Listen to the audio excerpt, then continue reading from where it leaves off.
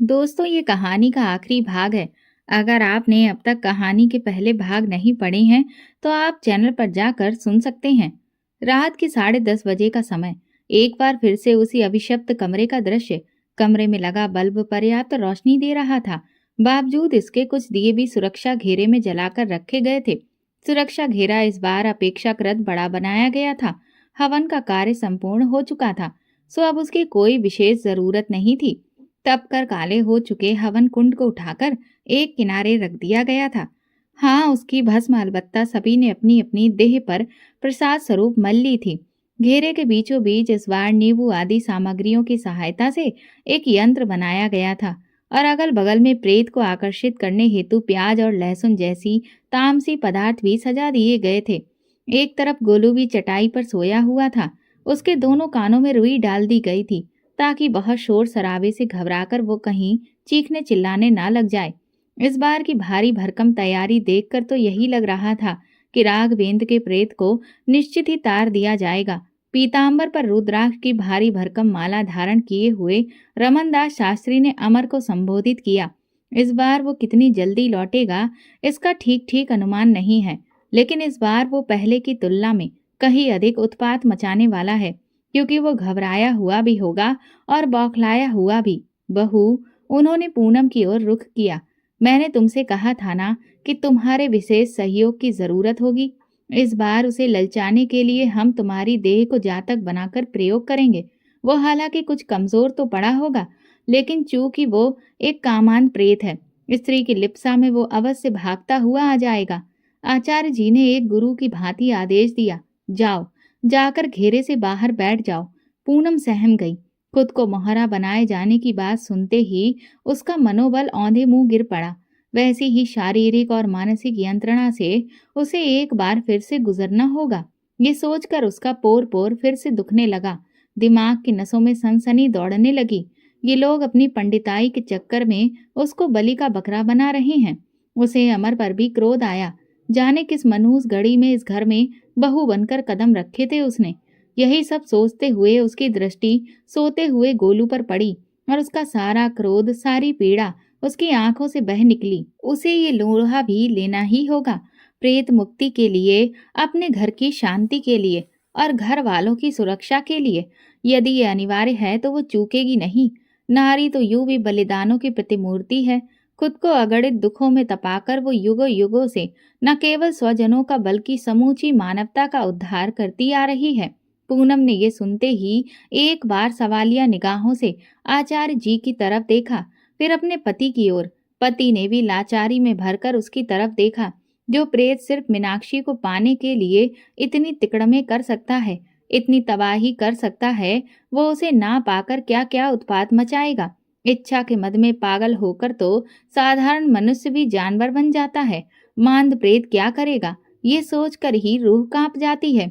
अमर की, गोलों की और स्वयं पूनम की जिंदगी की हिफाजत भी कोई यदि कर सकता था तो वो खुद पूनम ही थी। अमर ने सर को हल्का सा झटक दिया। पति की करुणामयी मौन स्वीकृति पाकर पूनम ने एक गहरी सांस छोड़ी। इसके बाद वो बिना कुछ बोले चुपचाप उठी और कुछ देर तक बगल में सोते हुए गोलू के सर पर हाथ फेरती रही। इसके बाद अभिमंत्रित घेरे को लांघकर वो कुछ दूरी पर जाकर बैठ गई। ओम ह्रीं ह्रीं क्लीं चामुंडे नमः। ओम ह्रीं ह्रीं क्लीं चामुंडे नमः मंत्रोच्चार का आरंभ हुआ। दोनों पंडितों ने पूरे विधि विधान से प्रेत का आवाहन या कहें कि प्रेत को उकसाना शुरू कर दिया था। अमर हाथ जोड़े बैठा था। गोलू उसके ठीक बगल में सो रहा था। पूनम उस घेरे के बाहर दीवार से लगकर उदास भाव से घुटनों में सर दिए बैठी थी। अमर के मुख पर पीड़ा थी, दुख था। गोलू के मुखड़े पर लड़कपन की मासूमियत थी और पूनम के चेहरे पर थी यंत्रणा, कष्ट, संताप। आचार्यों का मंत्रोच्चार जारी था। घेरे के चारों तरफ गोलाई में रख दिए वातावरण में साहस फूंक रहे थे। इसके बावजूद चारों तरफ मरघट सा सन्नाटा छाया हुआ था। एक मंत्र ध्वनि के सिवा दूसरी कोई आवाज नहीं। अब कभी भी कुछ भी हो सकता था, लेकिन क्योंकि जो नर्क दोनों पति पत्नी भोग चुके हैं और खासकर पूनम, उससे उभरने के लिए अब वो किसी भी हद तक जाने को तैयार थे। इस घर को प्रेत मुक्त कराने का एकमात्र यही एक तरीका है। शहर में रात का वीराना पसरा है। कार्तिक की ओस ने धरा को आच्छादित कर लिया है। सारा दिन ठेले खोमचे वालों पर धावा बोलकर अपना पेट भरने वाले और गायों की तलाश में मंडराने वाले दो खाना बदोश सांड कुछ अंतर पर बैठे हुए हैं और अभी चाय के अभाव में गाय पर चर्चा कर रहे हैं। नगर प्रहरी के पद पर नियुक्त आवारा कुत्ते भौंक भौंक कर अपने चौकन्नेपन की गवाही दिए जा रहे हैं। मेन रोड पर गाड़ियों की आवाजाही ना के बराबर है। स्ट्रीट लाइट्स की जगमगाहट में साफ सुथरी सड़कें नुमायां होती हैं। सड़क पर दो चार पन्नियां अलबत्ता पड़ी हैं, जो कभी किसी गाड़ी के गुजरने पर हवा में उछलकर एक दूसरे को समकोड़ पर काट लेती हैं। एक ऑटो के गुजरने से काले रंग की एक छोटी सी पन्नी सड़क से उड़ी और पतली गली पकड़ ली। मेन रोड से छिटक कर निकली आड़ी तिरछी सकरी गलियों में जितनी दूर तक लाइट्स का प्रकाश सरक पाया है, गली का केवल उतना भर हिस्सा रोशन है। आगे का रास्ता अंधे कुआं सरीका भयानक है। इन्हीं में से किसी एक गली को पकड़कर रास्ता बहुत दूर तक जाता है। गली के उस आखिरी छोर पर किराने की नाम मात्र की दुकानें और इक्का दुक्का मकान ही हैं। इनमें से एक मकान का ऊपरी हिस्सा बल्ब की पीली रोशनी में नहाया हुआ है। रात आधी ढलने वाली है। इसके बावजूद गली के इस आखिरी मकान में अभी तक सोता नहीं पड़ा। बल्ब की रोशनी में बाहर सड़क पर जो परछाइयां बन रही हैं, ऐसा लगता है कि कमरे के अंदर 2 या 3 लोग मौजूद हैं। अचानक ही हवा में ठंडक बढ़ने लगी है। दम निकलने तक की हालत में भौंकते हुए कुत्ते बिल्कुल ही शांत पड़ गए हैं। ऐसा लगता है मानो भौंकना भूल गए हों या गूंगे हो गए हैं। कोई शय उनके नजदीक से होकर गुजरी है अभी अभी, और सभी ने दुम हिलाते हुए चुपचाप उसे रास्ता दे दिया। हवा का एक बवंडर एक के बाद एक स्ट्रीट लाइट्स के खंभों से टकराता गया और लाइट्स एक के बाद एक बुझती चली गईं। अब उस पूरी गली में रात का सघन अंधकार फैल चुका था। घटाटोप अंधेरा, हवा में सिमरन और एक अजीब सी दुर्गंध। ऐसी हालत में अगर आप भी कहीं फंस जाएं तो जान की आफत ही है। जाहिर है कुत्तों के भी कुत्ते फेल हो गए। जैसे ही वो ठंडा चक्रवात उनके सामने से गुजरा, बेचारे मूक जानवर अपनी अपनी जगह पर जड़वत हो गए। हलक से केवल घुटी घुटी सी कूक सुनाई पड़ती थी। पंजे बिल्कुल स्थिर थे। दुम जो अभी सेकंड भर पहले तक रक्त प्रवाह से उत्तान खड़ी थी, सटक कर पिछली टांगों के बीच में जा घुसी थी। कान किसी अनहोनी की आशंका से खड़े हो गए और उनकी फटी फटी चमकीली आंखें रात की कालिमा में उस दैत्याकार बवंडर का पीछा करने लगी। हवा का वो रहस्यमयी टुकड़ा पहले बड़ी देर तक हवा में मंडराता रहा, फिर कुछ ऊपर उठा और बंद खिड़की के रास्ते उसी कमरे में प्रवेश कर गया। आचार्य रमन दास शास्त्री अपने सुपुत्र शशांक शास्त्री के साथ पिछले तकरीबन 1.5 घंटे से जाप कर रहे हैं। अभी कुछ देर पहले इसी कमरे में हवन किया गया था। हवन कुंड का धुआं अभी पूरी तरह से छूटा नहीं है। धुएं की कालिक में बल्ब का पीला प्रकाश कुछ मलिन पड़ रहा है। अपने शरीर को चारा बनाए पूनम प्रेत की वापसी पर टकटकी लगाकर दुबकी सहमी हुई सी बैठी है। सब कुछ कितना शांत है। कहावतों में इसी दृश्य को तूफान से पहले की शांति कहते हैं। उस समय भी कमरे में बैठे सभी लोग असावधान न थे। जब उन्होंने महसूस किया कि हवा एकाएक सर्द होने लगी है, हालांकि मौसम में ठंडक है, लेकिन इतनी भी नहीं कि कपकपी छूटने लगे। अमर ने खिड़की भी बंद कर रखी है। गर्मियों के सूती कपड़े पहन रखे थे सबने। तापमान के गिरने से सिहरन पैदा होने लगी। कमरे में मौजूद सभी लोगों ने अपने बदन को समेटना शुरू कर दिया। पूनम, जो अभी तक अकेली बैठी अपने साथ घटित होने वाली भावी घटना की कल्पना कर कर के सिहर रही थी, कुछ और सिमट आई। पहले अमर का कान खड़का, एक सरसराहट हुई और दिमाग ने तुरंत ये संकेत कर दिया कि ये क्या है। फिर रमन दास शास्त्री और शशांक दोनों ही चौकन्ने हो उठे। पूनम को संभलने का मौका मिल पाता उससे पहले ही हवा में एक धमाका हुआ। आवाज बहुत ज्यादा नहीं थी, लेकिन बंद कमरे में इसका प्रभाव ऐसा था कि सबके कान सुन्न पड़ गए। पूनम को ऐसा झटका लगा कि उसका सर दीवार से जा टकराया। भम! मंत्रोच्चार की ध्वनि स्वतः ही तेज हो गई। थोड़ी थोड़ी देर पर छोटे छोटे विस्फोट हो रहे थे। हवा में पहले बुलबुले उपजते थे, फिर एक धमाके के साथ फूट पड़ते थे। अचानक अमर की नजर पड़ी कि गोलू की बाईं टांग पर पानी की एक मोटी बूंद टप से चू गई। उसने फौरन ऊपर देखा, वहां कुछ भी नहीं था। शशांक भी अचरज में पड़कर ऊपर की तरफ देखने लगे। कमरा अचानक भयानक दुर्गंध से भरने लगा। ये तो पेशाब है शायद। अमर अपनी कलाई पर पड़ी बूंद को सूंघ कर बोला। वो आ गया क्या? भविष्य की कल्पना से ही उसके रोंगटे खड़े हो गए थे। और ये खून है। इस बार आवाज पूनम की थी। अमर तुरंत पलटा और पाया कि पूनम अपने बाएं हाथ की दोनों उंगलियों को अंगूठे से मसल रही है। उंगलियों से कोई चिपचिपा पदार्थ छूट रहा है। अमर से नजर मिलते ही उसके चेहरे पर हवाइयां उड़ने लगीं। सावधान, वो आ चुका है। आचार्य रमनदास शास्त्री हड़बड़ी में चीख पड़े। सावधान, वो आ चुका है। रमनदास शास्त्री हड़बड़ी में चीखे। पूनम बहू, अपना विशेष ख्याल रखना, उन्होंने निर्देश देते हुए कहा। पूनम, जो अभी तक संभवतः कुछ हिम्मत बांधे बैठी थी, ये सुनते ही सिसक पड़ी। पूनम, डरो नहीं, इस बार इसका उपाय होकर रहेगा। उसका किसका बे? पूनम ने सर उठाकर अमर को घूरा। ये कौन सा तरीका है अपने पूर्वजों को इंगित करने का? प्रविष्ट हो गया शशांक। रमनदास शास्त्री ने पुत्र को निर्देश दिया। जल्दी से रक्षा सूत्र निकालकर लपेटना शुरू करो। लपेट ले बेटे, पूरे इत्मीनान से लपेट ले। अभी यही धागा तेरी फांसी का फंदा बनेगा। ही। पूनम किसी जोकर की भांति हंसने लग गई। उसकी आंखों में कोई सुरूर छाने लगा। उसका बदन बड़े बेढब तरीके से ऐंठने लगा था। उसने अपने हाथ खोल दिए और भेड़िए किसी आवाज निकालते हुए अपने घुटनों पर बैठ गई। उसके नथुने फड़क जोर से फड़क रहे थे और आवाज में घुर्राहट थी। पूनम ने फिर इसी दशा में सामने की तरफ देखा। शशांक एक के बाद एक नींबू पर रक्षा सूत्र लपेटे जा रहा था। रमनदास शास्त्री उसमें सुइयां कोच कोच कर अपने सामने रखे पात्र में रखते जाते थे। अच्छा, तो ये बंदोबस्त किया है तुम दोनों ने? वो भर्राई आवाज में बोली।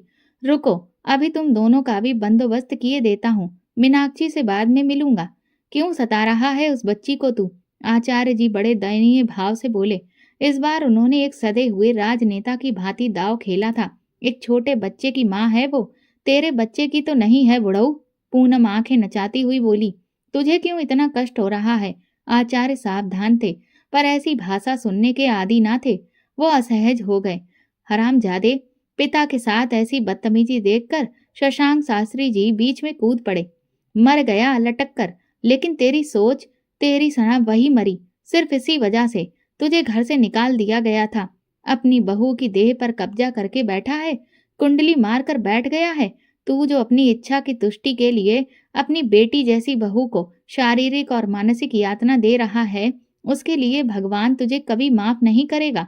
तुझे तो राम का नाम भी नहीं तार सकता पापी। और क्षमा चाहता कौन है लल्ला? पूनम की आंखें चढ़ने लग गईं और आवाज में भारीपन पैदा होने लगा। सुनकर लगता था किसी फेरी बाले का गला बैठ गया है। ऐसी ही ज्ञान की बातें बताता था बाप भी मेरा। आज देख, मर के वो साला तो ऊपर गया।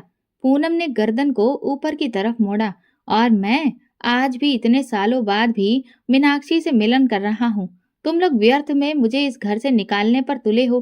अरे, जब मैंने जीते जी ये घर नहीं छोड़ा तो अब काहे छोड़ूंगा? हाँ, जब तक जीता था मीनाक्षी मेरे पास भी नहीं फटकती थी। शर्मीली थी, लोक लाज का डर रहा होगा। मुझ में भी इच्छाएं तो थीं, पर कुछ झूठी मर्यादाओं का मान रखना पड़ता था। लेकिन अब, पूनम ने गर्दन घुमाकर कहा, अब तो हम दोनों को कोई माई का लाल अलग नहीं कर सकता। इतना बोलते ही वो उछलकर खड़ी हो गई और घुर्राने लगी। अमर पहले भी पूनम का यही रूप देख चुका था, इसीलिए वो डरा तो नहीं, लेकिन चौकन्ना जरूर हो गया था। अब बेहद सावधानी की जरूरत है। पूनम को चारे के रूप में प्रयोग करने का ये प्रयोग कहीं बैकफायर ना कर जाए। कमरे में दुर्गंध अब भी फैली हुई थी और दीवारों से गाढ़ा खून रिस रहा था, जो अब कहीं कहीं सूख कर काला पड़ गया था। मेरा ब्याह क्यों नहीं करवाया गया? मैं क्या दीनहीन था? नहीं। दिमाग से पैदल था? नहीं। नपुंसक था? हाँ, नहीं। पूनम ठठाकर हंस पड़ी। लेकिन मेरा ब्याह ना होना था, ना हुआ। बाप तो चलो पुराने ख्याल के थे। महेश तो मेरा सगा भाई था ना, उसने क्यों नहीं सोचा अपने बड़े भैया के बारे में? खुद तो पढ़ लिख कर अच्छी बीवी ले आया। आहा, परम सुंदरी है मीनाक्षी तो। प्रेत ने ये कहकर एक चटखारा लिया, अपने सूखे होठों पर जीभ फिराई और फिर यकायक गंभीर हो गया। लेकिन मेरी सेवा करने वाला कौन था? मैं अपंग था, अपाहिज था, तो क्या हम जैसों का ब्याह बहुत मुश्किल था? थोड़ी शराब ही पी ली तो ये कौन सा कुटैब हो गया? मैं क्या कोई छोटा बच्चा था कि जिसे मन बहलाव के लिए मिट्टी के 2-4 हाथी घोड़े थमा दो तो सारा दिन नाचता फिरता है? क्रोध में तमतमाया हुआ प्रेत अपनी आप बीती सुनाता गया। मेरी अवस्था उस समय 26 की थी। नसें भीगती थी मेरी, बदन ऐंठता था, जवानी का ज्वार उफाने मारता था। दिन भर तो जैसे तैसे कट जाए, पर रात कैसे कटेगी? रसूलन के यहाँ जाना शुरू किया था तो वहां भी महेश ने बुढ़े को भरमा कर छुड़वा दिया। मेरे मन में भी भावनाएं थी, चाहत थी, इच्छा थी, किसे नहीं होती। उस अवस्था में स्त्री गमन की अभिलाषा करना क्या पाप है? मेरे सारे दोस्त जवानी के मजे लूटते थे और मैं अपने पैरों में कुल खानदान की मर्यादा बांधकर कलपता रहता था। मैं भी मर्द था, मुझे भी किसी स्त्री का स्नेह चाहिए था, पर मुझे क्या मिला? ज्ञान की गोलियां, गाली गलौज। बाबूजी तो गनीमत थे, पर महेश ने भी मुझ पर हाथ उठा दिया। घर के नौकर के सामने मुझे जलील किया गया। ठीक है, मैंने जो मीनाक्षी के साथ किया वो गलत था, अनैतिक था, पर इसका ये उपाय तो नहीं कि मुझे घर से निकाल दिया जाए। इस घटना के बाद भी मेरा ब्याह कराया जा सकता था, लेकिन तू जानता है अमर, पूनम ने गर्दन नचाकर अमर को संबोधित किया, महेश ने पैतृक संपत्ति के बंटवारे के चलते ही मेरा ब्याह न होने दिया था। लेकिन कोई बात नहीं, जा ले जा, तुझे जो संपत्ति चाहिए। मीनाक्षी जैसी रूपवती पर मैं सैकड़ों हवेलियां, मोटर गाड़ियां बलिहार दे सकता हूँ।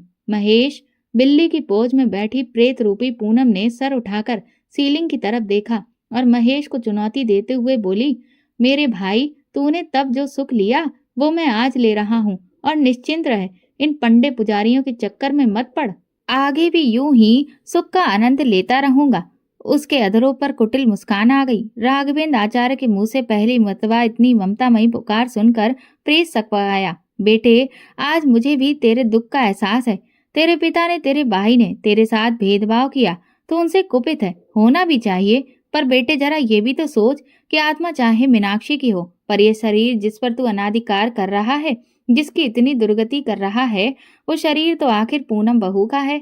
और पूनम केवल एक शरीर मात्र नहीं है, एक पत्नी है, एक माँ है, एक बेटी है, एक मौसी है। तुझे जो चाहिए था वो तो मिल गया ना इस शरीर के। आचार्य जी ने अपने दाहिने हाथ से पूनम की तरफ संकेत किया। रोम रोम का फायदा उठा लिया है तूने। अमर की आंखों के सामने, उसके बेटे के सामने उसकी इज्जत को तार तार करके रख दिया है तूने। ये क्या ठीक बात है? आचार्य जी पूनम की लाल लाल आंखों में देखकर धारा प्रवाह बोले जा रहे थे। अमर बैठा उनका मुंह ताक रहा था। मुझे पढ़ाने का प्रयास मत कर बुड्ढे, इसी को पाने की लालसा में पिछले 70 वर्षों से इस अंधकूप में पड़ा था मैं। अब मुझे नैतिकता के प्रवचन मत दे। वो ऐंठ के बोला, अभी तेरा समय शेष है, अभी कुछ दिन और टिक जाएगा तू। अगर अपनी खैरियत चाहता है तो अपना ये ताम झाम समेट ले और धोती उठा के भाग जाए यहाँ से। और अपने इस, पूनम ने दहकती हुई आवाज में शशांक को लक्ष्य किया, अपने इस लंगोट को भी ले जा साथ में। अब ये शरीर ही मेरा घर है, क्योंकि मेरे कमरे पर तो तूने ताला जड़ दिया है।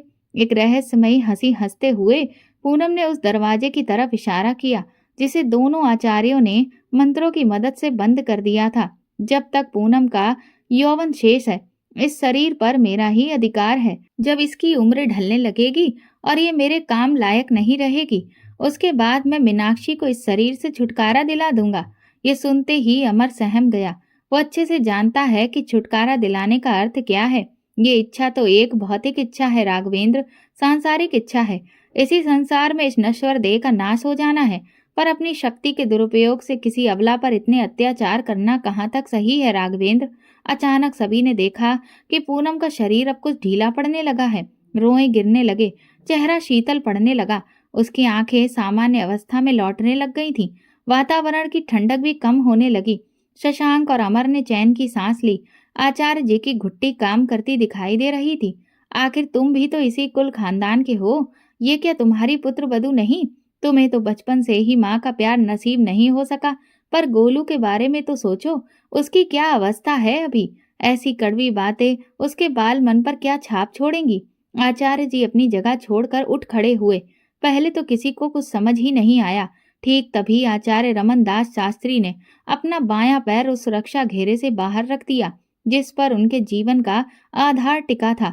जब तक शशांक उन्हें पकड़ सकता, बात की बात में वो घेरे से कुछ दूरी पर पूनम के ठीक सामने खड़े थे। आचार्य को निर्भयता पूर्वक अपनी तरफ बढ़ता देखकर पूनम भी उठकर खड़ी हो गई थी। आचार्य ने उसका कोमल हाथ, जो कि पैशाचिक लीला से कपकपा रहा था, उस हाथ को बढ़कर अपने हाथों में ले लिया। हम तुझे अब जीवन दान तो दे नहीं सकते, क्योंकि हम भगवान तो है नहीं। तूने अपनी अपंग देह पर बहुत कुछ सहा है, ये मैं भी जानता हूँ। तेरा जो कुछ भी तुझसे छीना गया वो सब कुछ हम लौटा नहीं सकते। हाँ, अगर तू चाहे तो क्या? पूनम की भट्टी जैसी आंखों में अनगिनत सवाल तैरने लगे। तो तेरा उद्धार अवश्य कर सकते हैं। जय महाकाल। इसी गूंज के साथ आचार्य जी का दाहिना हाथ ऊपर हवा में लहराया और इससे पहले कि पूनम कुछ समझ पाती, एक सिद्ध नींबू आकर पूनम के माथे पर फूट गया। फचाक। पूनम अपनी पूरी ताकत से चीखी। क्रोध में जोरदार गर्जना हुई। सबके सब सहम गए। दीवारें दलक गईं, सीलिंग पर लटका हुआ पंखा डोलने लगा। ऐसा लगा जैसे कमरे में कोई छोटा मोटा भूकंप आ गया हो। बुढ़े कमीने, दिखा दी ना अपनी औकात। इससे ज्यादा वो कुछ बोल ही नहीं सकी। उसे उल्टियां होने लग गईं। पंडित, पूनम घुर्राई, मैं तुझे भी जिंदा नहीं छोड़ने वाला। लेकिन उसका बेजान बदन निडाल होकर फर्श पर गिर पड़ा। उसके पहले मैं तेरा खेल ही खत्म कर दूंगा राघवेंद्र। रमनदास शास्त्री कोई मिट्टी का शेर नहीं है। तो जैसे कईयों को भस्म कर डाला हमने। आचार्य ने पूनम को बालों से पकड़कर एक झटका दिया और खींचते हुए लेकर सुरक्षा घेरे की तरफ चले। पूनम का सुंदर बदन उल्टियों में लौट गया। आचार्य की कलाई में रक्षा सूत्र था, गले में पंचमुखी रुद्राक्ष की माला और हृदय में भगवान का बास। पूनम ने एक बार उनको लपक कर पकड़ना चाहा, लेकिन उसका हाथ जलते जलते बचा। पूनम कभी भूखी शेरनी की तरह दहाड़ती तो कभी कसाई के हाथ में पड़े मुर्गे की मानिंद चीख पड़ती, लेकिन इस मजबूत पकड़ से निकल सकना उसके बस की बात नहीं थी। कोई मजदूर जैसे शक्कर के बोरे को घसीटता है, शास्त्री जी वैसे ही बेरहमी से उसे घसीटे जा रहे थे। रेशमी आंचल जमीन पर फिसल रहा था। एक हाथ से उसने अपने बाल पकड़ रहे थे और दूसरे हाथ से जमीन पर जोर जोर से मारती जाती थी। कलाई की बची खुची चूड़ियां भी टूट गई थीं। इस समय का दृश्य ऐसा था मानो दुशासन भरी सभा में द्रौपदी को प्रताड़ित कर रहा हो। शशांक शास्त्री भी अपने निर्भीक पिता के इस साहस पर गर्व से फूले मुस्कुरा रहे थे। अपनी पत्नी को इस दशा में देखने के बावजूद अमर ने राहत की एक सांस ली। उसके चेहरे पर संतोष था। यही वो क्षण था जब गोलू की नींद खुली। इसे भी अभी उठना था। होश संभालते ही गोलू की नजर सबसे पहले अपनी माँ पर पड़ी। उसकी कोमलांगी माता को पंडित जी बालों से पकड़कर खींच रहे हैं और पापा बैठे देख रहे हैं। जाहिर है ऐसी हालत में अपनी माँ को देखकर वो हड़बड़ा गया।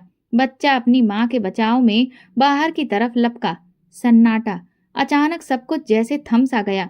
सबकी सांसें ऊपर की ऊपर और नीचे की नीचे अटक गईं।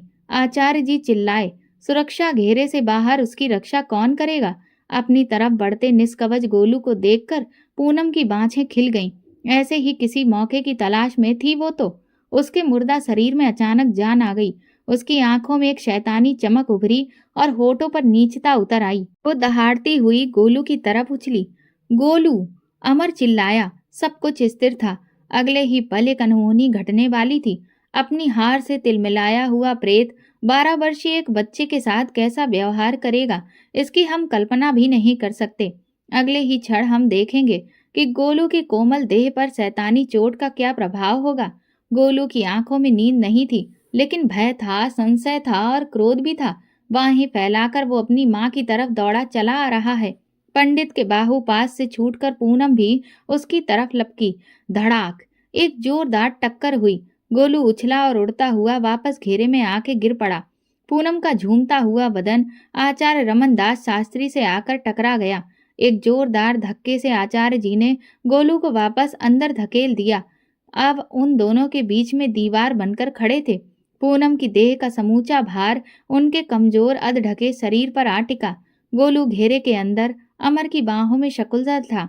ये सब कुछ इतनी तेजी से हुआ कि थोड़ी देर बाद जाकर सबको समझ आया कि आचार्य ने बच्चे की रक्षा हेतु अपना बलिदान किया है। अचानक ये परिवर्तन देखकर पूनम पहले तो चौंक उठी, फिर सर हिला हिलाकर हंसने लगी। खुराफाती हंसी। उसकी खुशी, उसकी खिलखिलाहट बता रही थी कि उसके हाथों में कैसा खजाना लग गया है।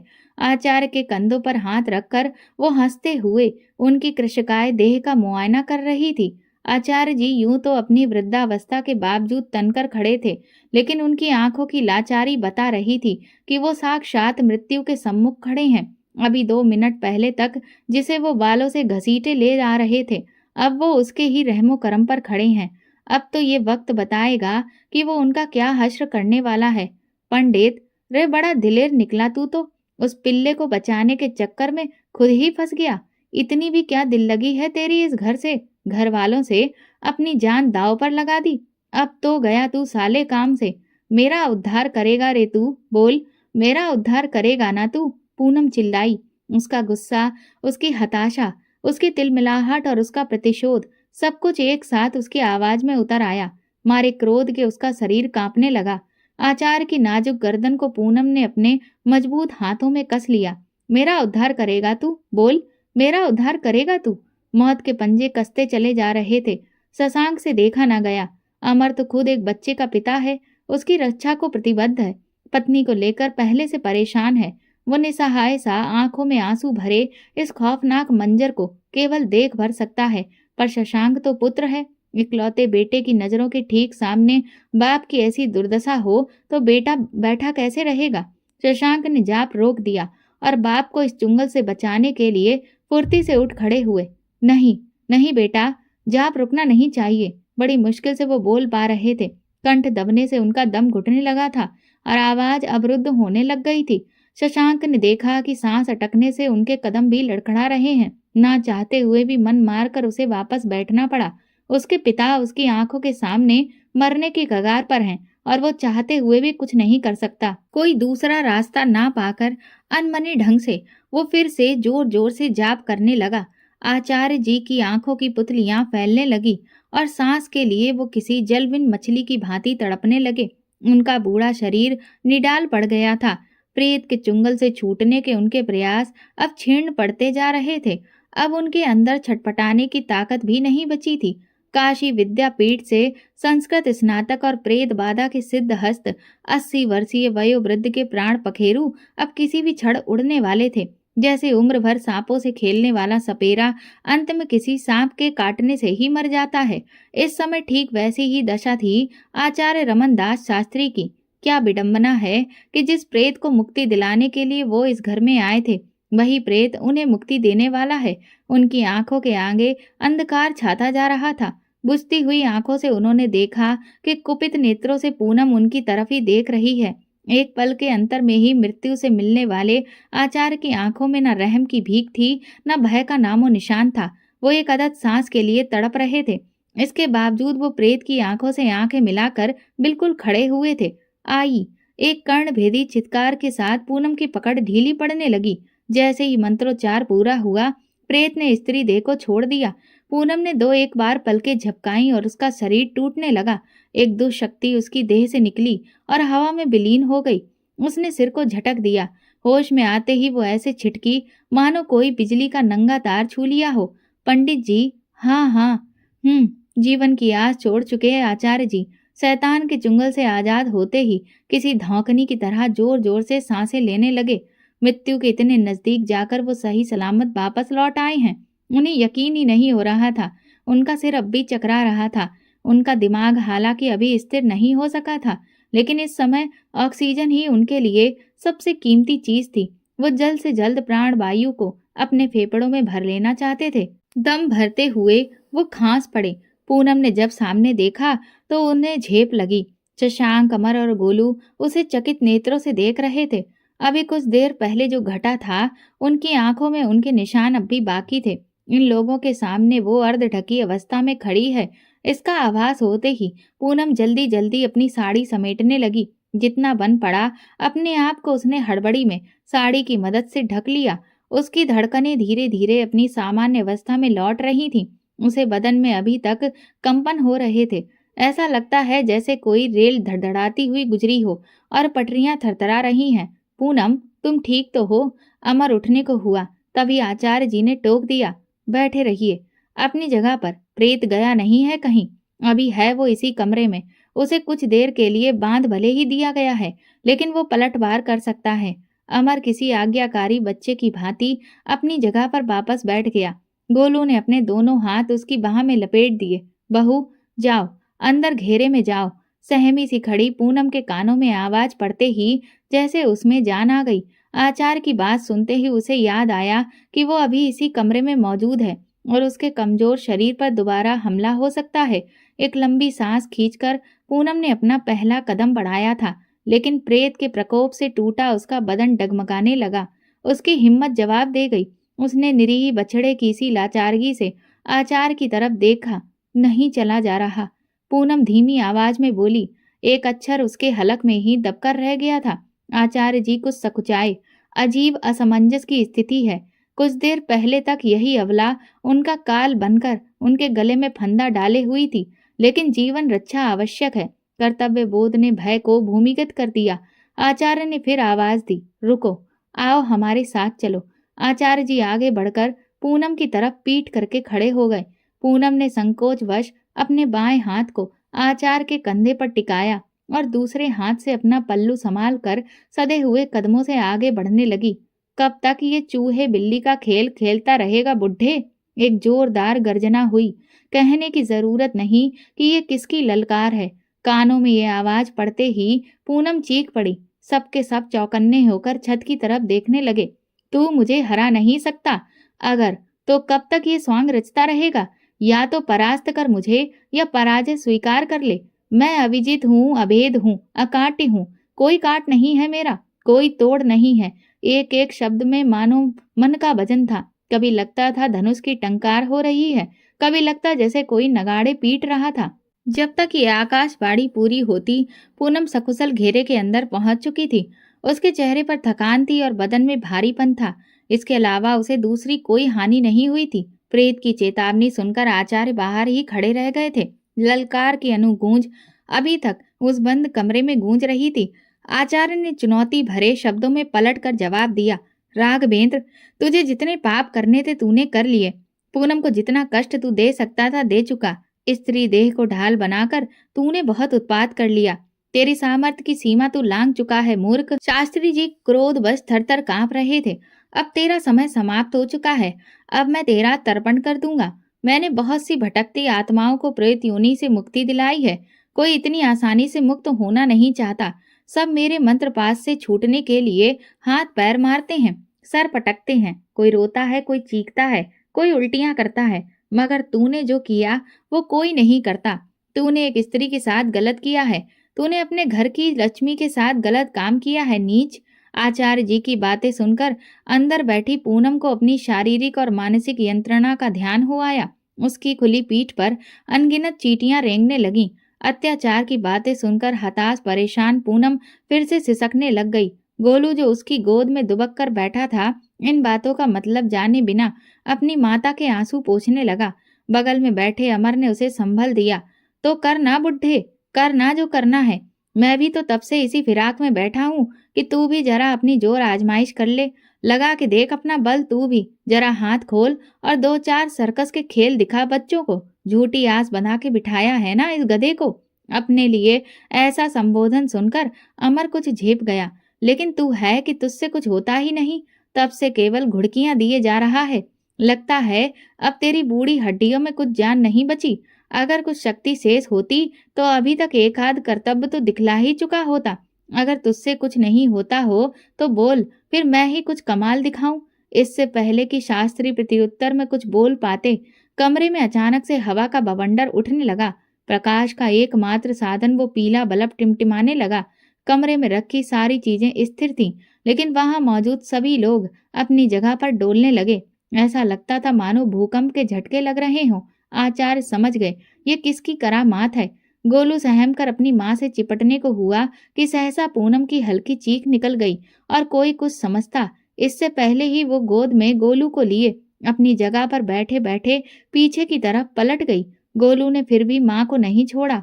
अमर उसे उठाने को हुआ कि तभी उसका पल्लू हवा में उठने लगा। सब लोग हैरानी से देखने लगे। देखने वालों को यह आभास होता था जैसे कोई पल्लू को ऊपर की तरफ खींच रहा है।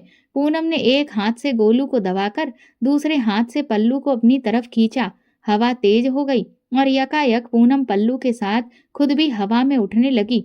गोलू दहाड़ मारकर रोने लगा। आखिरकार पूनम को अपना पल्लू नियति के हाथों में छोड़ना ही पड़ा। इस घटना के बाद तो अमर जैसे नींद से जागा हो और वो लपक कर साड़ी के उस ऊर्ध्वगामी टुकड़े को पकड़ने लगा। नतीजा सिफर। पूनम से साड़ी कमतर होती रही और बदस्तूर हवा में ऊपर उठती रही।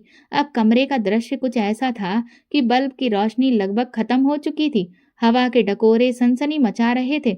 हवन कुंड की अग्नि घृत आदि की अधिकता के बावजूद लपलपाने लग गई थी। मजबूत देह यष्टि वाले अमर के बदन का लगभग आधा भाग हवा में लटका हुआ था और पूनम जमीन पर लौट रही थी। शशांक मंत्रबद्ध होने के चलते अपनी जगह छोड़ने में असमर्थ थे और आचार्य जी लाचारगी में बाहर खड़े मुंह ताक रहे थे। शशांक, आचार्य हड़बड़ी में चीखे, बेटे वो नारियल मेरी तरफ उछालो। शशांक बेबस होकर ये प्रेत लीला देख रहे थे। पिता का आदेश कानों में पड़ते ही उनके बदन में बिजली दौड़ पड़ी। उन्होंने फौरन कुंड के पास रखा नारियल उठाया और उसे अग्नि की परिक्रमा करा के सीधा अपने पिता की तरफ उछाल दिया। घेरे के बीच से होता हुआ नारियल का वो गोला वायु वेग से आचार्य की तरफ बढ़ा। ये एक क्षणिक क्रिया थी, लेकिन वो सिद्ध नारियल अपनी मंजिल तक पहुंच पाता इससे पहले ही एक अनिश्चित घटना घटी। घेरे को पार करते ही वो नारियल जमीन से कुछ ऊपर हवा में स्थिर हो गया। ऐसा लगता था जैसे किसी ने उसे डोरी के सहारे हवा में लटका दिया हो। आचार्य और खुद शशांक भी ये देखकर दंग रह गए। प्रेत अब आगे क्या करेगा? आचार्य अपनी आंखों के बीचों बीच नारियल के एक गोले को बगैर किसी सहारे के झूलते हुए देख रहे थे। बाज की फुर्ती से वो नारियल की तरफ लपके कि ठीक तभी नारियल में हरकत हुई और वो उड़ता हुआ सीधा आकर उनके सर पे आ लड़ा। एक जबरदस्त टक्कर के साथ नारियल फूट गया और आचार्य के झुर्रीदार माथे से खून की धारा बह निकली। आचार्य रमनदास शास्त्री मारे दर्द के बिलबिला उठे। आंखों के आगे तारे नाचने लगे। वो अपना चोटिल माथा पकड़कर आहिस्ता से जमीन पर बैठ गए। खून की दो मोटी धाराएं चेहरे को तर करते हुए नीचे गिरने लगी। रक्त प्लावित चेहरा पीला पड़ गया। 90 बरस की अवस्था में शरीर से इतना खून बह जाने से मौत भी हो सकती है। पिताजी शशांक घबराकर एक झटके में खड़े हो गए। बाप की ऐसी हालत बेटे के लिए असहाय थी। पिता की आज्ञा का उल्लंघन करके वो घेरे से बाहर की तरफ भागे। आज दिन भर के अनुष्ठान में ये घटना पहली बार हुई थी, वरना इसके पहले तक तो केवल पूनम की या फिर प्रेत की ही चीख सुनाई पड़ी थी। आचार्य की चित्कार सुनकर प्रेत खिलखिलाने लगा। जले पर नमक छिड़कती हुई वही आवाज दोबारा गूंजी, क्या बे बुढ़ऊ, अब कैसा मजा आ रहा है? अपने सर पे फूटा तो नानी याद आ रही है? तू तो अभी मेरा उद्धार करने वाला था, कर चुका उद्धार मेरा, या कोई और इच्छा शेष है अभी? हरामजादे! शशांक पिता को संभालते हुए गरजा, इधर आ, मुझसे लड़। बूढ़े लाचार आदमी पर क्या अपनी शक्ति आजमा रहा है? कहाँ है तू? सामने आ, देख तो लूं तेरा कुरूप चेहरा। नामर्द है तू, पूरा नामर्द है। अपनी घर की औरतों पर बुरी नजर डालने वाला राक्षस है तू। तुझ जैसा नीच, तुझ जैसा पापी कहीं नहीं होता। तू सचमुच इसी भेष में भटकने के लायक है। नामर्द नहीं बोल साले। कमरे में एकाएक भयानक गर्जना हुई। तड़तड़ाहट के साथ बिजली चमकी हो जैसे। उस चेतावनी में क्रोध था, अकुलाहट थी।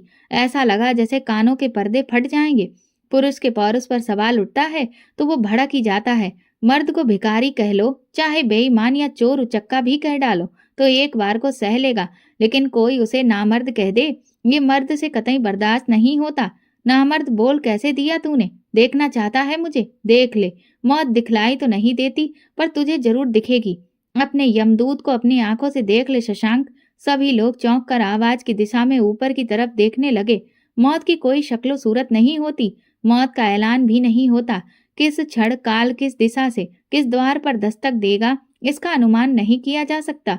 लेकिन यहाँ तो लोगों को उसका इंतजार था, जिसकी गर्जना अभी तक कानों को सुन्न किए दे रही थी, जिसका विध्वंस सब लोग देख चुके थे। जो दूसरों की देह में इतना खतरनाक हो सकता है, वो मौत का परकाल साक्षात खड़ा होगा तो कितना भयकारी होगा। उसकी हुंकार सुनकर न केवल गोलू और पूनम बल्कि अमर का बदन भी धर्राने लगा। अगले ही पल विनाश होने वाला है। रात के 2 बज रहे हैं। इसी कमरे में वो प्रेत क्रोधवश चिंगाड़ता घूम रहा है और कमरा बंद है। अब ये लोग अपने ही बिछाए जाल में फंस चुके थे। ये कमरा मौत का कुआं बन चुका है। घेरे से बाहर 2 लोग खड़े हैं। एक घायल वृद्ध है और दूसरा प्रतिशोध की आग में जलता हुआ बेटा। इन्हीं दोनों के सहारे घर वालों ने ये मोर्चा खोला था और यही दोनों अभी सुरक्षा घेरे के बाहर एक रहस्यमयी शक्ति के आगे बेबस खड़े हैं। घेरे के अंदर 3 निरीह प्राणी अपनी सांसें थामे बैठे हुए हैं और इसी कमरे में अभी मौत का तांडव होने वाला है। घर के तीनों अभागे सदस्य चूहेदानी में फंसे चूहों जैसे छटपटा रहे हैं। सहसा उसी अभिशप्त दरवाजे के पास धुआं उठने लगा। पहले कुछ लकीरें बनी, फिर वो जगह कोहरे से भीगती चली गई। घना धुंधला कोहरा, सबका खून सूख गया, सांसें हलक में अटक गईं। अब सब कुछ नियति के हवाले है। सहसा धुंध की उस मोटी दीवार के बीचों बीच एक आकृति उभरने लगी। पहले तो उसका आकार एक बच्चे जितना था, फिर हर गुजरते सेकंड के साथ वो साया बढ़ता चला गया। उस आकृति की कदकाठी अब एक औसत आदमी जितनी हो चुकी थी, लेकिन वो आदमकद साया अब भी बदसूरत बढ़ता जा रहा था। अगले ही क्षण वो छोटा सा बच्चा एक विशालकाय दानव में बदल गया। उसकी ऊंचाई अब छत को छू रही थी। देखने वालों की आंखें फटी की फटी रह गईं। धुंध में उसका चेहरा साफ नजर नहीं आ रहा था, लेकिन उसकी आंखों की जगह पर अंगारे दहक रहे थे। उसकी घुरघुराहट सुनाई दे रही थी। काला लंबा पिलर नुमा वो हैवान क्रोध में तपती लाल लाल आंखों से उन सबको ही ताके जा रहा था। उनके सामने अभी एक ऐसा विकराल प्रेत खड़ा था जिसकी कल्पना भी मुश्किल है। यह उनके जीवन का पहला अजूबा था और शायद आखिरी भी। कमरे में उस समय मौजूद सभी लोगों के ऊपर जैसे वज्रपात हो गया हो। सबके सब दहशत में डूबे हुए उसे एक टक देख रहे थे। पूनम की जैसे ही मूर्छा टूटी हो। राक्षस का असल रूप देखते ही वो गला फाड़कर चीख पड़ी। गोलू सहम कर माँ की गोद में दुबक गया। उसे शायद ये भ्रम था कि माँ के आंचल में वो हैवान उसको देख नहीं पाएगा। आचार्य रमन दास शास्त्री जमीन पर पड़े बिलाप कर रहे थे। माथे से रिसता हुआ लहू फर्श को तरकिए दे रहा है। शशांक किसी खिलौने की तरह एक दैत्याकार भालूनुमा दानव की बंद मुट्ठी में अपनी जान के लिए तड़प रहे हैं। 15-20 फीट का वो दानव, जिसका बदन सर से पैर तक काले लंबे बालों से ढका हुआ है, अपने बाएं हाथ की मुट्ठी में उसने शशांक शास्त्री को जकड़ रखा है और किसी भूखे भेड़िए की मानद घुर्रा रहा है। शशांक की गर्दन उसकी भीमकाय मुट्ठी के लिए काफी छोटी है। अंदर घेरे में बैठे किसी प्राणी के हलक से एक आवाज नहीं निकल रही। वो अपने रक्षक को एक भच्चक के हाथों प्रतिपल मरता हुआ चुपचाप देख रहे हैं। उनकी आतंकित आंखों में ये दृश्य किसी दुस्वप्न की भांति तैर रहा है। जिंदगी की जद्दोजहद में हवा में हाथ पैर मारता हुआ मध्यम आयु का एक पुरुष, खुद चोटिल होने के बावजूद अपने बेटे की प्राण रक्षा की गुहार करता एक असहाय सशक्त बूढ़ा, और घटाटोप अंधकार की कालिमा ओढ़े विशाल विकृत शिलापट्ट जैसा एक दरिंदा, जो किसी भी क्षण अपने शिकार की गर्दन को मटर की फुनगी सरीका पट्ट से तोड़ देगा। प्रेत के अंगूठे में एक जरा सी जुम्बिश और हट्टे कट्टे शशांक शास्त्री की मुंडी खून का फब्बारा छोड़ती हुई टूट कर नीचे आ गिरेगी। शशांक की आंखें अनियोजित रक्त प्रवाह से लाल होकर बाहर निकलती आ रही हैं। हाथ पैरों की हरकत अब मध्यम पड़ने लगी है। शरीर में प्राण का निशान अब क्षीण होता जा रहा है। सांसों की डोर बस अब टूटी की तब टूटी। आचार्य ठंडी फर्श पर अपने ही खून में घिसट रहे हैं। उस दानव की घुरघुराहट प्रतिक्षण बढ़ती जा रही है। ऐसा प्रतीत होता है कि अब ये घुरघुराहट शिकार की अंतिम हिचकी पर आकर ही थमेगी। अमर फुर्ती से कूद कर घेरे से बाहर निकला और दौड़ते हुए जाकर प्रेत की फौलादी टांगों से भिड़ गया। टक्कर जोरदार थी। कोई भी सामान्य व्यक्ति उछल कर कई फीट दूर जा गिरता, लेकिन वज्रमयी वो दानव अपनी जगह से टस से मस नहीं हुआ। इसके उलट शिकार में पड़े इस व्यवधान ने प्रेत की क्रोधाग्नि को और भड़का दिया। वो पलटा जैसे कोई चट्टान खिसकी हो, और देखते ही देखते उसने अपना दाहिना पंजा बढ़ाकर अमर की खोपड़ी दबोच ली। तत्पश्चात हुंकारते हुए उसने अपनी केवल 3 उंगलियों की मदद से 6.25 फुट के अमर को सीधे हवा में टांग लिया। तेरी मर्दानगी भी उछाल मारने लगी हैं? अमर को अपने चेहरे को नजदीक लाता हुआ वो ब्रह्म राक्षस बोला, अभी तो बीवी के पल्लू में छुपा बैठा था। तेरी जान तो मैंने कब की बख्श दी है। आखिर तू मेरे खानदान का चिराग जो है। तुझे तो मैंने अभय दान देकर छोड़ा था। तू काहे को मृत्यु का वर्ण करने पर तुला है मेरे लाल। इतना बोलने के बाद इस दानव के भद्दे काले ओंठों पर एक शैतानी मुस्कान थिरकने लगी। हम दोनों मिलकर तेरी पत्नी का साथ पाते रहेंगे। तू घबरा काहे रहा है? तेरे लिए भी थोड़ी जूठन छोड़ दिया करूंगा। तेरी पत्नी है वो, आखिर तेरा भी तो कुछ अधिकार होना चाहिए ना। लेकिन तू तो मुझसे नाराज लग रहा है। क्यों? अपने पूर्वज की बात का विश्वास नहीं तुझे, या फिर तुझे मैं चाहिए ना? पूनम, जो अभी तक अवाक बैठी थी, अचानक से खड़ी हो गई। उसकी आंखों में अब भय का नामो निशान नहीं था। अब उसके चेहरे पर, उसके हाव भाव से आत्मविश्वास लरज रहा था। उसके एक एक शब्द में पर्वत की सी दृढ़ता थी। उसके मृगनयन कुछ तो गुस्से और कुछ गंभीरता से दमक रहे थे। मेरे लिए ही तू ये विनाश लीला मचा रहा है ना? मेरी इस बॉडी के लिए? जिसे तू पहले ही अनगिनत बार मैला कर चुका है। मेरे दर्प को तार तार कर दिया है तूने। कहने को तो मेरे पास यही बदन बचा है, सिर्फ मेरी आत्मा को तो कब का रौंद चुका है तू। इतना कहते ही पूनम की बेबसी का बांध टूट गया और इसके बाद वो फपक कर रोने लगी। मांस के इसी लोथड़े का लालच है ना तुझे? ले, मैं खुद अपना ये शरीर तुझे सौंपती हूँ। मैं खुशी खुशी खुद को तेरे हवाले कर रही हूँ, लेकिन उससे पहले तुझे इन तीनों लोगों को छोड़ना होगा। अगर मेरे सैक्रिफाइस से, मेरे सरेंडर करने से तेरी भूख शांत होती है तो ले, मैं अपने आप को तुझे सौंप रही हूँ। इसी कमरे में इसी वक्त तू अपनी प्यास बुझा ले, अपनी इच्छा मिटा ले कमीने, लेकिन इन तीनों को छोड़ पहले। इसके बाद पूनम ने एक गहरी सांस ली, गोलू को पुचकार कर एक तरफ किया और स्थिर गति से लंबे लंबे डग भरती हुई सुरक्षा घेरे से बाहर आकर खड़ी हो गई। ये ऐसा समय था कि मानो समय जैसे थम गया हो। गोलू अंदर पड़ा कंदन कर रहा है और बाहर तीन इंसान और एक हैवान चकित नेत्रों से एक निहत्थी नारी को सुरक्षा घेरे से बाहर अकेला खड़ा देख रहे हैं। ले, यहाँ खड़ी हूं मैं, मुझे पता है कि तू अंदर नहीं जा सकता, इसीलिए ले, खुद ही बाहर आ गई हूं मैं। अच्छा है, ये भी अच्छा है। वाह मेरी मीनाक्षी, कितनी नेक सोच है तेरी। पूनम से उठ रही सुगंध का पान करते हुए वो बोला। एक नव यौवना के सुंदर सुकोमल बदन को सूंघते हुए वो राक्षस किसी भूखे कुत्ते जैसी आवाज निकाल रहा था। हुफ! इस घुर्राहट से पूनम के कान थर्रा उठे। उसकी गर्मा गर्म सांसें पूनम की अधखुली पीठ पर किसी तीर की तरह चुभती थीं। पूनम को अपनी पीठ जलती हुई महसूस हुई।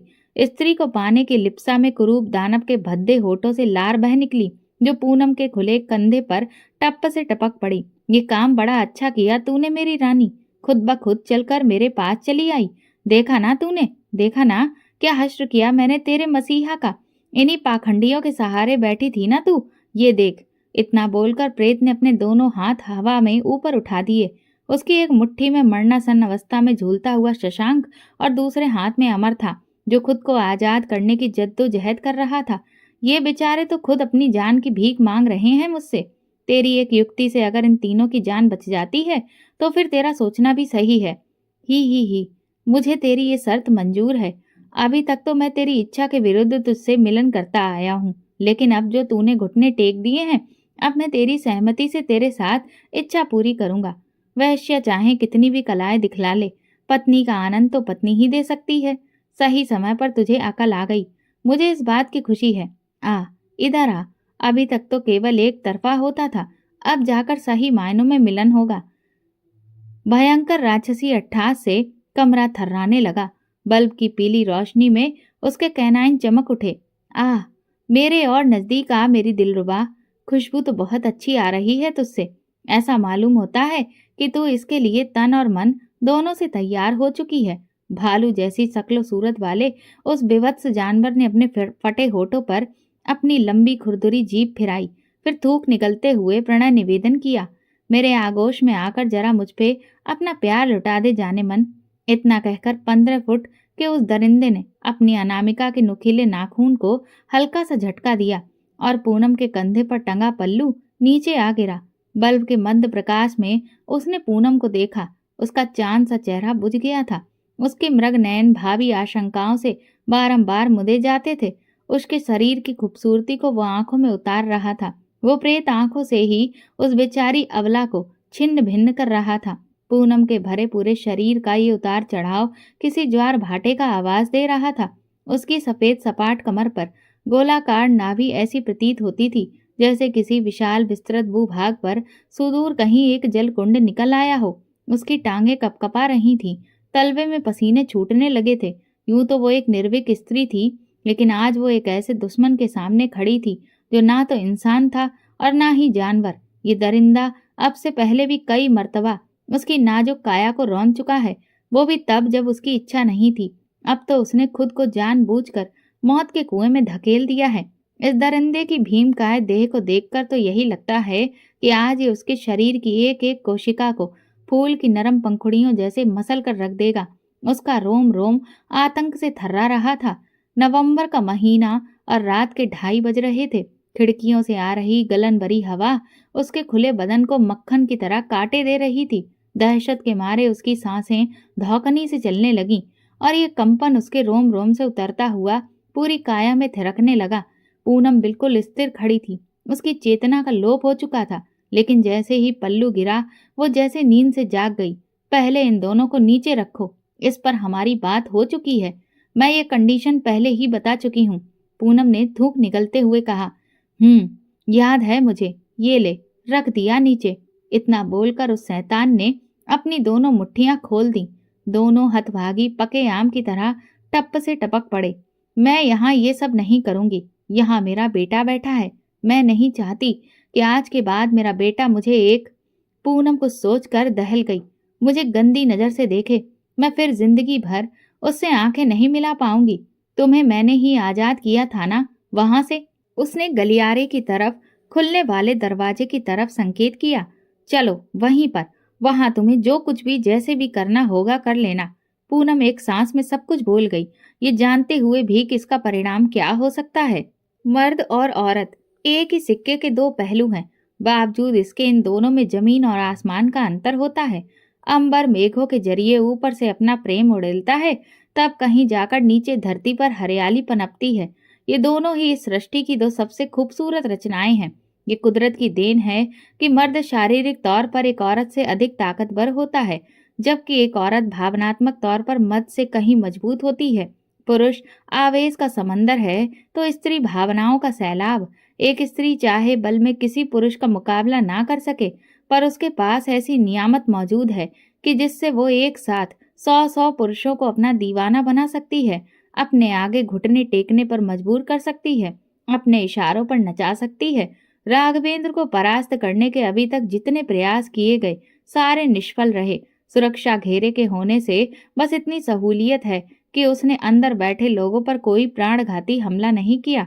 अभी तक जो कुछ भी तमाशा, तमाशा तो बहुत छोटा शब्द है, जो भी विनाश उसने किया है, उसे पूनम ने न केवल अपनी आंखों से देखा है, बल्कि अपने ऊपर झेल भी चुकी है। कोई हमारा जबरन एक बाल भी खींच ले तो दर्द होता है। नाखून काटते वक्त बीच में चमड़ी आ जाए तो जान निकल जाती है। एक मच्छर के काटने से भी कैसी चुभन होती है। इंसान बिलबिला उठता है। जरा सोच कर देखिए कि एक प्रेत किसी स्त्री की इच्छा में अंधा है। उसे पाने की इच्छा में पिछले कितने दशकों से वह आजाद होने की प्रतीक्षा कर रहा था। इतने लंबे इंतजार के बाद जब वो नारी उसे मिलेगी तो उस अबला का क्या हर्ष होगा।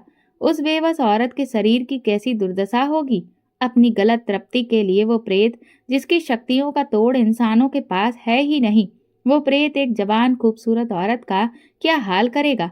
इज्जत का तार तार होना कितना भयावह, कितना दर्दनाक होता है, उसकी कल्पना भी मुश्किल है। पिछले 32 घंटों के भीतर ही पूनम का आत्मसम्मान चूर चूर हो चुका है। उसकी आत्मा भीतर तक छिल चुकी है।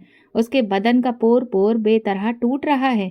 उसके बेटे, उसके पति की आंखों के सामने उस प्रेत ने पूनम से अपनी इच्छा मिटाई। उसने कभी सपने में भी इस दिन की कल्पना नहीं की होगी। सभी ने ये प्लान किया था कि पूनम को मोहरा बनाकर प्रेत को बांध लेंगे, मगर ये जो लोग उसे मुक्ति दिलाने का वायदा करके इस कमरे में लाए थे, इस समय वो खुद उसके रहमो करम पर जिंदा हैं। पूनम केवल अपना शरीर देकर ही इन तीनों की जान बचा सकती है। नियति को अगर यही मंजूर है तो पूनम अपने आप को न्यौछावर कर देगी, ये जानते हुए भी कि इस फैसले का हश्र क्या होगा। उसने अपनी इच्छा से अपने आप को इस दुष्ट के हाथों में सौंप दिया है। ललचाई नजरों से वो हैवान उसके दमकते नूर को घूर रहा है। भावी अनिष्ट की आशंका से पूनम सिसक उठी। धम। पूनम की ऊंचाई तक आने के लिए वो शैतान सहसा अपने घुटनों के बल बैठ गया। फर्श दहल उठा, जैसे किसी भारी भरकम खंबे को लाकर एक बारगी जमीन पर पटक दिया गया हो। लेकिन अब भी वो पूनम से काफी ऊंचा था। जुगुप्सा से भरकर पूनम ने उसकी तरफ देखा। उस दानव की आंखें लालसा से आसक्त थीं। पूनम ने देखा कि उसका मुख हल्का सा खुला और उसकी जवान मुख से बाहर निकलकर मचलने लगी। जवान का अगला हिस्सा किसी भुजंग की भांति 2 भागों में विभक्त था। स्त्री पाने की लोलुपता में उसकी लाट टपकी जा रही थी और टप टप करके पूनम के आगे ही गिर रही थी।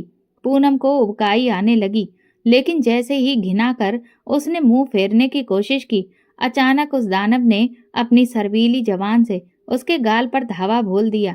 कुछ तो उसकी गीली जवान और कुछ पूनम के रुई नुमा गाल। जवान बिना किसी अपरोध के उसके पूरे गाल से बाएं कान की लौ को छूकर निकल गई। पूनम को जैसे करंट लग गया हो। किसी ने मक्खन की बट्टी पर गर्मा गर्म छुरी फेर दी हो जैसे। वो सर से पांव तक कांप उठी। इस निशाचर के जवान की गर्माहट ने उसकी काया में आग लगा दी। उसे अपने बाएं गाल पर कुछ चिपचिपाहट का अनुभव हुआ। यहाँ तुम कुछ नहीं करोगे, मैंने कहा ना। पूनम बिना डरे उन डरावनी आंखों में झांक कर बोली। वो जानती है कि कमजोर नस अब उसकी पकड़ में आ गई है। एक हुंकार उसके अंदर से उठी और सांसों के जरिए बाहर निकल आई। अभी वो बिल्कुल शांत था और इत्मीनान से उसे अपनी इच्छा पर पूरा ध्यान केंद्रित किए था। बीच में बोलकर वो ये मजाक किरकिरा नहीं कर सकता। किसी अजगर की तरह उसकी दोनों भुजाएं आगे बढ़ने लगी और अगले ही क्षण उसने पूनम को अपने बाहुपाश में कस लिया। अचानक ही पूनम का चेहरा बालों से ढकी उसकी फौलादी छाती में रगड़ खाने लगा। पूनम साफ साफ उसकी धड़कन सुन सकती है, जैसे कोई गेंडा लोहे के पिंजरे पर टक्करें मार रहा हो। उसकी घुर्राहट अब छिड़ होकर घुरघुराहट में बदल चुकी थी। यह आवाज उसके सीने से उठ रही थी और कंठ के ऊपरी हिस्से में आकर खत्म हो रही थी। स्त्री की ऊष्मा को अपने अंदर जब्त कर सके, इसके लिए उस राक्षस ने अभी अपना मुंह बंद कर रखा था, जिसकी वजह से उसकी घरघराहट उसके सीने में ही गूंज रही थी। अभी वो खुद को इस जंजाल से मुक्त कर पाती। इससे पहले ही उसने महसूस किया कि उसका शरीर हवा में उठता जा रहा है। उसके पैरों के नीचे अब फर्श की ठंडक नहीं थी, बल्कि हवा की गुदगुदी थी। उसकी काया का समूचा भार उस हैवान के सीने पर था और उसका यौवन अब किसी पर पुरुष नहीं, किसी खूंखार दानव के हाथों में छटपटा रहा था। एक पत्नी के रूप में उसकी ये इच्छा रही है कि उसका पति प्रेम बस उसे यूं ही गोद में उठा लेता। लेकिन देखिए कि इस इच्छा की परिणति आज किस रूप में हो रही है। पूनम कुछ बोलना चाहती है, पर उसकी आवाज एक फौलादी सीने में घुटी जा रही है। एक जोड़ी बलशाली हाथों ने उसे अपने आगोश में जकड़ रखा है। ऊपर से छूटती गर्म सांसें उसके दाहिने कंधे को दहका रही हैं। वो इस सच्चाई को एक दुस्वप्न समझकर भुला देना चाहती है, लेकिन ना चाहते हुए भी न जाने क्यों वो अपने भीतर घृणा पैदा नहीं कर पा रही। ये कैसा मोह का माया जाल है, ये कैसी रूहानी ताकत है जो उसकी काया को भींचे जा रही है, पर उसे दर्द नहीं हो रहा। उसकी काया इस राक्षस की बाहों में टूट रही है, पर उसे ये अच्छा क्यों लगने लगा है। इसी धक्का मुक्की के दौरान अचानक उसके कपड़े थोड़े और अस्त व्यस्त हो गए हैं। अब वो थोड़ी और बेशर्मी की सीमा के करीब पहुंची है। उसका खूबसूरत गला, उसका सब कुछ बालों से आच्छादित किसी चट्टान पर धंसा जा रहा है, पर उसे ये सब कुछ इतना मदहोश क्यों कर रहा है। नहीं नहीं, ये इसी शैतान का तिलिस्म है कोई। उसने अपने सिर को झटका। तभी शैतान ने अपना दाहिना पैर बढ़ाया और भारी भारी कदमों से पूनम को लेकर उसी अभिशप्त कमरे की ओर चल पड़ा। अब क्या होगा? आखिर पूनम की गति क्या होगी? आने वाले पलों में उसकी काया का क्या हश्र होगा? पूनम अब इस पर ज्यादा नहीं सोच रही। जब ओखल में सर दे दिया तो मूसल से क्या डरना। खींचो अमर, शास्त्री जी की बूढ़ी आवाज रात के सन्नाटे में गूंज उठी। पूरी ताकत से खींचो, शशांक बेटे छोड़ना नहीं। वो प्रेत कुछ समझ पाता इससे पहले ही उसकी भीमकाय देह के गिर्द रक्षा सूत्र के अनगिनत फेरे पड़ चुके थे। धोखा बुढ़े, मैंने तेरी जान बख्श दी थी और तू मेरा ही बंदोबस्त करने चला है। कमबख्त कीड़े, अपनी इच्छा पूर्ति में डूबा कोई शेर जैसे छेड़ देने पर भड़क उठता है। प्रेत ने ठीक वैसी ही प्रतिक्रिया की। इस विघ्न से क्रोधित होकर वो चिंगाड़ उठा। जब तक वो पलटता, अविमंत्रित रक्षा सूत्र के कई घेरे उसकी देह से लिपट चुके थे। किसी बोल्डर की मानित बड़ी मुश्किल से वो घूमा और पूनम को जमीन से कुछ ऊपर ही छोड़ दिया। पूनम भरभरा कर नीचे गिर पड़ी। नीचे गिरते ही पूनम हाँफने लगी। वो जमीन पर आ तो चुकी है, लेकिन वास्तविकता के धरातल पर लौटने में अभी उसे थोड़ा समय लगेगा। सिर जब घूमकर कुछ स्थिर हुआ, तब उसने देखा कि जिन बाहों ने अभी तक उसे अपने शिकंजे में कस रखा था, अब वो खुद आजाद होने के लिए जद्दोजहद कर रही हैं। सीने पर ठंडक लगते ही उसे ध्यान आया कि वो ऊपरी तौर पर खुली है। उसने झट से अपने अधखुले गले पर साड़ी का पल्लू कसकर लपेट लिया। इतना ताकतवर जानवर और इतने कमजोर धागे से बंधा जा रहा है। जिस शैतान ने अभी इन दोनों आदमियों को इकट्ठा टांग लिया था, मैं जिसके आगोश में अभी छटपटा रही थी, उससे ये धागा नहीं तोड़ा जा रहा। पूनम ने जल्दी जल्दी दम भरते हुए सोचा। उसे अब पूरा माजरा समझ में आ गया था। पूनम ने प्रेत का ध्यान बांटा और मौका पाते ही शास्त्री जी ने शशांक और अमर की मदद से इस पर रक्षा सूत्र का फंदा डाल दिया है। मिनट भी नहीं बीते होंगे कि वो भारी भरकम दैत्य हुंकारता हुआ नीचे जमीन पर गिर पड़ा। और इस शिकंजे से छूटने के लिए छटपटाने लगा। पूनम, शास्त्री जी ने उसे आवाज दी, ये सोचने का समय नहीं है। जल्दी से दौड़कर वो नारियल उठा लाओ और लाकर इस कमीने के सिर पर फोड़ दो। पूनम ने ध्यान दिया, सर पर लगी चोट के बावजूद शास्त्री जी बड़ी फुर्ती से काम कर रहे हैं। वो झट से उठी और दौड़कर नारियल ले आई। खड़ी क्या हो, मारो इसके सर पर, अमर ने लगभग डांटते हुए कहा। हम्म, छोड़ मुझे बुड्ढे, छोड़ दे। दानव फर्श पर लोट लोट कर अपनी जान की भीख मांगने लगा था। कातर आंखों से उसने पूनम को देखा। पूनम कुछ विचलित जान पड़ी। ये देखकर शशांक चिल्लाए, तुम्हें मोहित करने की कोशिश कर रहा है पूनम, मारो जल्दी। पूनम ने एक लंबी सांस खींचकर नारियल उस दानव के सर पर पटक दिया, जैसे नवरात्रि में नारियल फोड़ती थी। वो ठीक वैसे ही। समय देखो क्या हो रहा है। ब्रह्म मुहूर्त में दुष्टात्मा कमजोर हो जाती है। तुमने उसका ध्यान बटाकर बड़ा बहादुरी का काम किया, वरना उस समय उसकी शक्तियां हमारे बस की नहीं थी। आचार्य जी चाय का घूंट भरकर बोले, सुबह के 6 बज रहे हैं। घर के सभी लोग और दोनों आचार्य नवंबर की सर्दी में नहा धोकर अब चाय की चुस्कियां ले रहे हैं। बाहर एक नई सुबह खिल गई है। पूरब दिशा में एक नया सूरज चमक रहा है। चिड़िया उसके स्तपकवाल में स्वागत गान गा रही हैं। शरद ऋतु का समीर सूर्य की रश्मियों के बावजूद वातावरण में सेहरन पैदा कर रहा है। कुसुम आंखें मल रही हैं। अब इस लोटे का क्या करेंगे महाराज जी? अमर ने गोलू के बाल सहलाते हुए तांबे के एक लोटे की बाबत पूछा। इसको? शशांक ने सवालिया निगाहों से अमर को देखा, फिर अपनी जगह से कुछ आगे खिसक आए। इसे ले जाकर गंगा के किसी निर्जन तट पर दफन कर देंगे। शशांक शास्त्री ने एक लंबी सांस ली। गई रात उनके जीवन की सबसे लंबी रात थी। उन्हें शायद अब भी इसका यकीन नहीं हो रहा कि उस खौफनाक मुठभेड़ के बाद वे सभी लोग सही सलामत बचकर निकल आए हैं। उनकी मौत का परकाला वो दानवाकार अजूबा तांबे की एक छोटी सी लुटिया में बंद पड़ा है, किसी ऐसी जगह पर जहां कोई इसे दोबारा ना पा सके। इस लोटे में साक्षात मृत्यु कैद है। अमर बाबू, अब ये किसी और के गले नहीं पड़ना चाहिए, क्योंकि इस बार अगर ये आजाद हुआ तो हम सब के सब फिर लोटे में आ जाएंगे। उनकी आंखें आतंकित थी, जो इस बात की तस्दीक करता है कि वो लोग मौत को छूकर टक से वापस निकल आए हैं। तो दोस्तों, आपको ये कहानी कैसी लगी हमें कमेंट करके ज़रूर बताएं, और प्लीज़ इस कहानी को ज़्यादा से ज़्यादा शेयर और लाइक करके मेरे चैनल को सपोर्ट करें। Thank you.